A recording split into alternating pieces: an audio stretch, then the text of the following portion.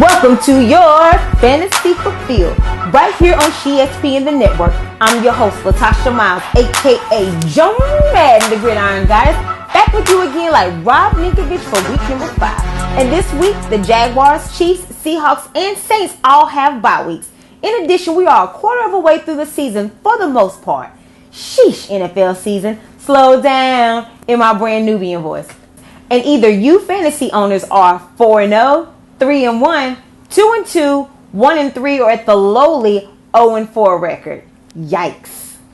And I personally don't know a thing about that. If you're having fantasy football problems, I feel bad for you, son, in my Jay-Z voice. And we've been working so hard around here, grinding that I got myself a sponsor in my Tierra Marie voice. Yep, picked up a sponsor. And this episode of Your Fantasy Fulfilled is brought to you by Cheaties, where their motto is the best breakfast to start your day off with, except the days you play Eli in the Super Bowl. And speaking of Cheaties, in week 5, we welcome back to the NFL the Thomas Edward Patrick Brady. Now, the last time that we saw Brady, he had an early exit in the AFC Championship game back in January. But his gift upon his return is a trip to Cleveland to take on the 0-4 Browns, and his fantasy owners are rejoicing. This is an automatic start, duh, and I'm about to let you know who else to turn to for your week number 5 studs and duds in my 12 days of Christmas voice, no doubt. Now, week number 4, we started to see several quarterbacks settling in at the quarter point of the season. And in addition to Brady as a starter, put Joe Flacco in your lineup in this battle that I like to call the DMV Bowl. Now, for those of you who are unfamiliar with that jargon, that's DMV Bowl for DC, Maryland, and Virginia. Now, Joe Cool last week did put up respectable numbers with 298 yards and a pair of touchdowns against a tougher defense in their loss to Oakland. In addition, there is some balance starting to come into play in their running game with Terrence West, and that will create passing opportunities. So the Delaware alum should give a solid performance against the Redskins this afternoon.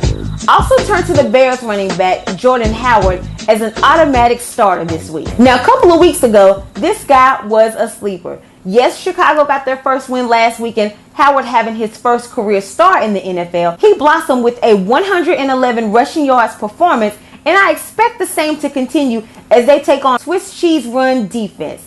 This week might even be bigger for Howard as the Colts have surrendered 4 rushing touchdowns, and Howard is becoming a dual threat at running and catching passes out of the backfield. Also, Jeremy Langford is still injured for the Bears, so Howard should receive an extra dose of the workload. Another good look for week 5, that's a good look in my Beyonce voice, C.J. Anderson of the defending Super Bowl champions, the Denver Broncos.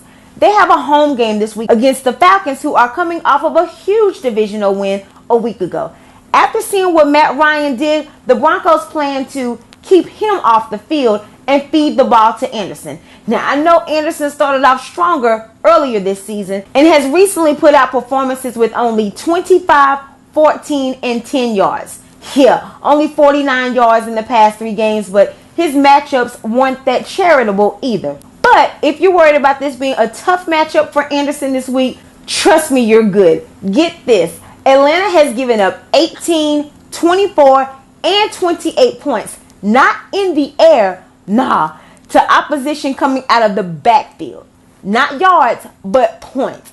And C.J. Anderson is familiar with getting in the end zone this season, averaging 1 touchdown per game so far. And with the way Atlanta is giving up points from running backs and Denver's plan to run the ball, Anderson should be eating good today. Now, as for your water boys this week, guys that you should be sending to the bench, do not, I repeat, do not start Matt Ryan. Yes, I know he's fresh off of a 500-yard performance against Carolina and achieved a record.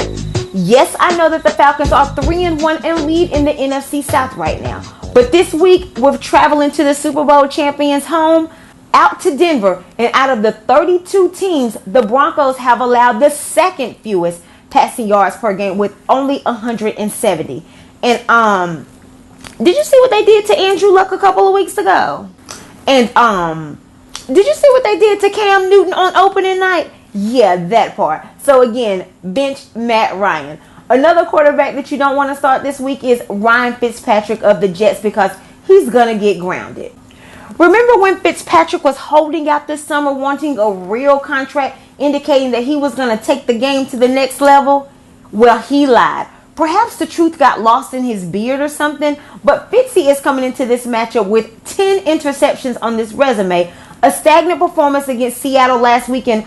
Although Pittsburgh doesn't have the spectacular defense that they once had, they're still playing angry from that Week 3 blowout against the Eagles. And you saw what they did to the Chiefs last week, right? And also, this will be another game for them at Heinz Field. The Jets currently stand at an underachieving 1-3 record and will be missing Eric Decker, so that will stall Fitzpatrick this week as well. Now, this one might surprise you or might even disappoint you, but I'm doing you a favor in this by telling you not to start Kyle Rudolph. Yes, I know Minnesota is undefeated, and yes, I know that the young Rudolph has shined like a bright red nose leading the sleigh on the night of Christmas Eve. There's an undeniable chemistry between him and Sam Bradford, and yes, they are playing a Houston team sans J.J. Watt, but this is a Texans team with the top-ranked pass defense, giving up only 163 pass yards per game. I like the Vikings to win this game because the Texans do struggle on offense, but their pass defense has kept them in the games, and this just isn't a favorable matchup for Rudolph. But I do have a couple of other options for you in just a moment. And now for my favorite portion of the show. Hey, you need to get up, get out, and get something. Don't let the waiver wire studs pass you by. You need to get up, get out, and get something.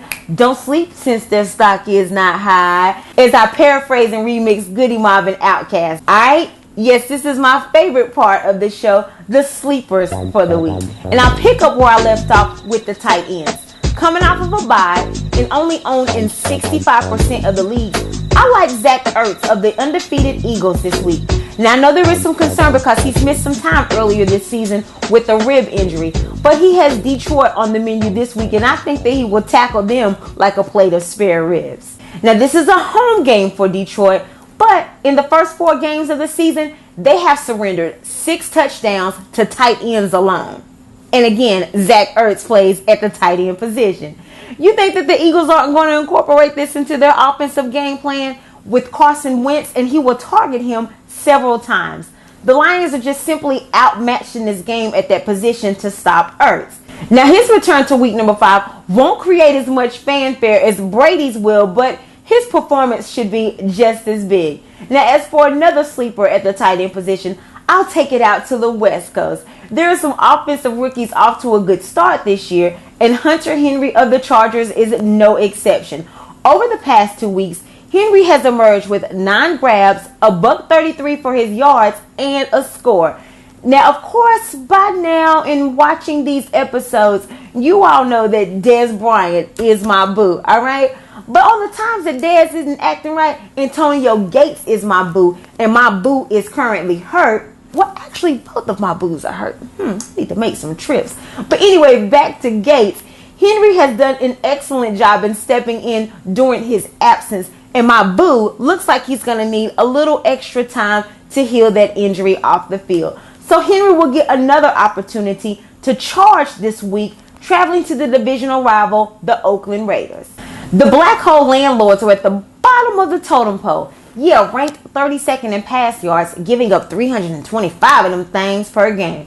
And Phillip Rivers is the type of quarterback who will take advantage of that, especially because he likes to air the ball out. So you can expect a charging performance from the rookie Hunter later today. Rounding out my sleeper picks for week number 5, I suggest taking a rapid approach towards Brian Quick. Now, don't be so quick to give up on the Rams wide receiver because he does have some disproportionate stats. He's only caught 4 passes in 2 games, and that's extremely disappointing if you're in those PPR leagues. Points per reception, that is. But on the contrast, he does have 3 touchdowns during that span. Now, I'm expecting more receptions and touchdowns to come his way, especially with the Bills on the docket for today. Todd Gurley will definitely keep Buffalo's defense honest, which should allow more chances for Brian's scoring opportunities to get off to a quick start. Also, the Bills have coined a trending signature against wide receivers. They've given up more than 20 points each during the opening 3 games this season to opposing wide receivers alone. So this will give Quick a fast track on making a huge impact. Alright, no doubt. Well, that's going to do it for me on this segment of your Fantasy Fulfill. I'm your homie Latasha Miles, aka Joan Madden, the Gridiron Goddess. Don't forget to subscribe to my YouTube channel, which is SheSPN the Network, and continue to stay tuned. Prayers and thoughts go out to Haiti, the Bahamas, the Caribbeans, and Florida during this catastrophe that is Hurricane Matthew. And I ask that you all keep them in your thoughts and prayers as well. All right? Thanks again so much for tuning in. We'll see you next time, and I'm out. What's going on, good people? It's your girl again, Latasha Miles, aka Joan Madden, the Gridiron Goddess. Make sure you follow me on Twitter and Instagram at she_SPN and at Facebook at Latasha Joan Madden Miles. And subscribe to my YouTube channel, which is SheSPN the Network.